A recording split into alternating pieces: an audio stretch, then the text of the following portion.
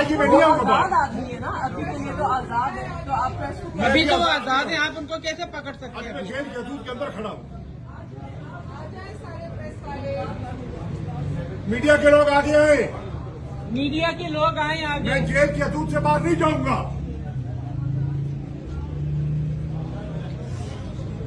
अच्छा, तो अब ये सिचुएशन जो है ना वर्स्ट होती जा रही है। अब इसमें क्या किया जाएगा? पीटीआई की तरफ से क्या इसमें हिकमत अमली जो है वो सामने आएगी? If they will not, then you record it. इधर तक तो मीडिया वाले भाई आ जाए, इधर तक आए आप लोग, इधर तक आ जाए।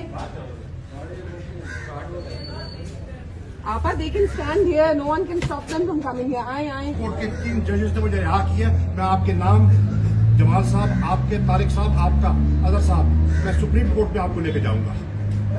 मैं आपको सुप्रीम कोर्ट लेके जाऊंगा अगर आपने गैर कानूनी हरकत की। मैं कानून के दायरे के अंदर खड़ा हूं।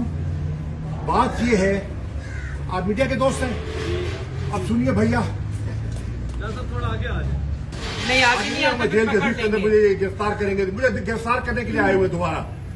मैं अर्ज करना चाह रहा हूं और ये मैं स्टेटमेंट देना चाह रहा हूं। सुप्रीम कोर्ट के एक्टिंग चीफ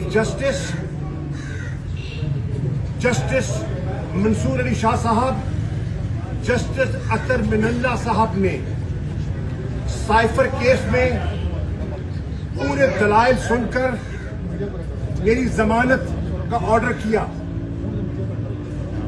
मेरी जमानत का ऑर्डर आया अडयाला जेल। जज साहब ने रोप कार पर दस्तखत किए। रोप कार पे दस्तखत के बाद मुझे इन्होंने गिरफ्तार कर लिया। अभी मैं सामान बंद करके निकल रहा था।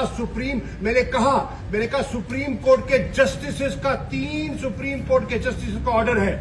ये इन्होंने मुझे कल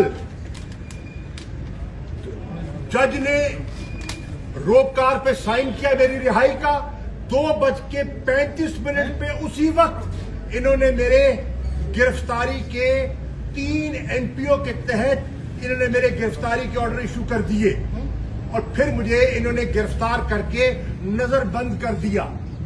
मैंने कबूल कर लिया और मैंने अपने सेल में वापस चला गया। आज मुझे इन्होंने कहा नहीं सर, आप नहीं कर सकते, आई एम सॉरी। ये देखिए, ये क्या है? ये देखिए, ये क्या कर रहे हैं?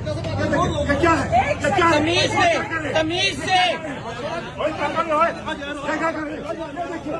धक्के मार के भाई बंकर बद जो गाड़ी होती है उसमें डाला गया है बगैर किसी ये तरीका है केस के।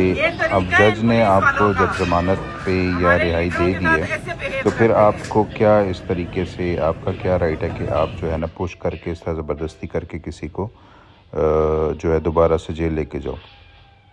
तो ये बेसिकली जो निज़ाम चल रहा है ना, ये एक फ़िरौनियत है और मेरे ख्याल से जो इसके पीछे जो मेन किरदार है वो नून लीग है, जो कि इनको इलेक्शन से दूर करने की कोशिश कर रहे हैं कि किसी तरीके से ये इलेक्शन तक ना पहुंच सकें। बस यार, आप अपने हलके के जो लोग होते हैं वो अपने जो कैंडिडेट्स हैं पीटीआई के, उनको सपोर्ट करें और उनके साथ मेरे ख्याल से जब तक उनके डॉक्यूमेंट सबमिट नहीं हो जाते और जब तक वो इलेक्शन में खड़े रहते हैं तब तक उनकी सपोर्ट करें। शुक्रिया।